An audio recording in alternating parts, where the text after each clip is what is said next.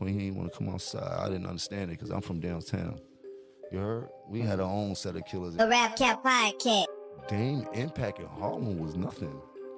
Not to say it like that. Dame came up under hustlers that impact was it. He was a little dude when it came to hustling in Harlem. He wasn't not no Rich Porter, none of that type of. He wanted to hustle. He wanted to hustle for niggas like Rich Porter and that. Dame from the east side. When the niggas on the east side is different from the niggas from the west side. Now for the east side, Dame was a big deal to us because we were little when he was coming from the west side. Little car, jewelry, and all that. So when you're young, he's looking like Rich Porter, but in reality, he was like this nigga, go to the store, nigga, take a couple grams, get out of here. The Rap Cat Podcast. When you cancel out the street side of it and go into the music business of it, what was his impact with Dipset at that time? He didn't have no impact with Dipset. Dipset, we made our impact on our own. When y'all came over to Rockefeller, did y'all bring a certain energy that kind of ruffled the feathers of like state property and people like that? When we came over to Rockefeller, it was all love. Everybody in the studios doing music, state property, Bleak and diplomats. Everybody was doing music that started to, they went through all that damn shit. The Jewel said Cam took over the rock, huh? I mean, in that sense. The Rap Cat Podcast. Mace was talented, he was a dancer. And Mace didn't excel at the rapping really to after high school, they started getting on it. And then he excelled and started getting on first and signed first, and then now helped Cam and everybody get on this.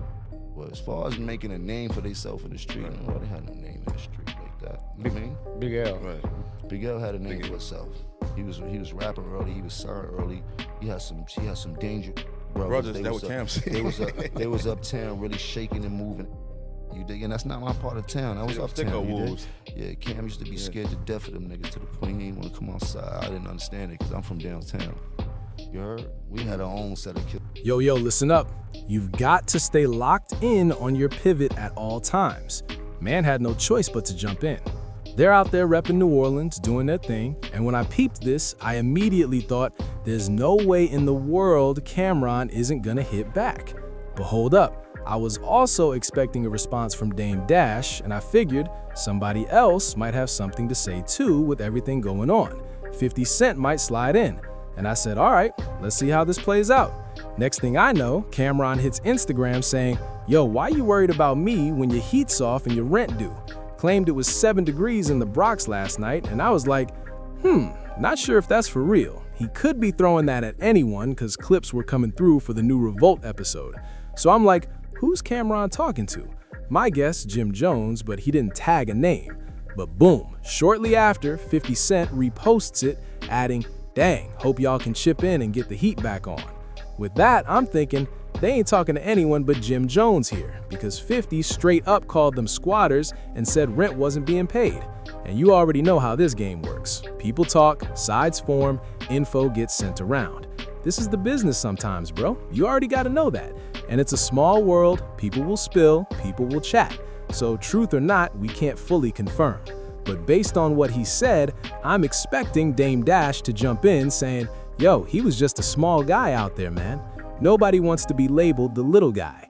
It's like Jim Jones just airing it all, keeping it 100, showing how he sees it. But you know how it goes. Anyone in this game, anyone's life, you don't want certain labels or stories thrown out there. Especially these guys, all of them, egos massive. Every man's like, hold up, bro, what do you mean right there? Jim Jones wouldn't want anyone shading him online, but he's just out here popping off. And with that, the beef with Jim, Fab, Dame, Ikabato, and 50 already simmering. Tension been cooking since late 2024 when 50 appeared on Cam's Talk with Flea. Jim's name came up, but Jim didn't respond until Jan 2025 on the L-Boy Show, and the world caught fire. Cam and Jim went back and forth, 50 jumped in too, and it's been heated ever since. For 50, then Yayo, and now this latest wave with all the new tracks dropping. But I knew Croy would respond. He'll be talking about this next week. He said he won't touch personal stuff anymore, but no doubt Dame Dash is gonna throw something into the mix. And for me, I gotta keep it 100 every time, bro. I had to go back and watch that full interview because, man, I love diving into those conversations from that era. Just hearing something fresh or a detail I might have missed about Rockefeller, the dynasty, and then them bringing in state property, then the whole Dipset era. That era of Rockefeller had me glued. I swear I was locked in on everything dropping from every artist. I was literally playing that one for Petey the other day when they were in the video and everyone was doing that little Dame Dash dance. It was fire. And Bees had that Mac Mitten shirt on. That was iconic, bro. Watching the State Property movies, the full-length flicks, all the albums, all the tapes, Dipset Impact. I'm with it. I rock with it. State Property Impact hit different. I even went back and had to play that Be Comin' album with Benny Siegel, him and Young Chris. I can't even front. Then I ran through The Wanted with Benny Siegel, and Cameron did its own with Jay-Z. I was just letting it ride, going back through those times, bro. At that same era, clips started dropping and other artists were blowing up left and right. Gun was still going crazy. It just takes me back to a big moment in my life, when I was a kid, loving new albums, reading every magazine, soaking it all in. So yeah, I'll always be a fan of it. Dame, I just covered him last week with 50, talking about the $100 sale of his business. It happens, you gotta ride through it. Dame's gonna pop off, you know him. But I respect what Dame did in this game, bro. I never downplayed Dame's influence. The stuff he was preaching was ahead of his time. And that one clip of Dame on the tour bus, legendary, where he said there should never be just one person holding it down in your crew. Everybody needs to stand on their own in case someone falls or goes through something. Dude dropped straight gems in this game, bro. Big salute to Dame Dash. All of them had music I didn't always jam to, but they made waves. And now, tonight, it's all going off. Capital C's everywhere. 50 Cent about to jump in. He thrives on controversy, chaos, confusion, conflict, and confrontation. Keep the algorithm moving. And we threw in 2 more capital C's to the mix, Curtis and Cent for 50 Cent. Curtis Jackson, stay on your pivot. More is coming, all at 1,000.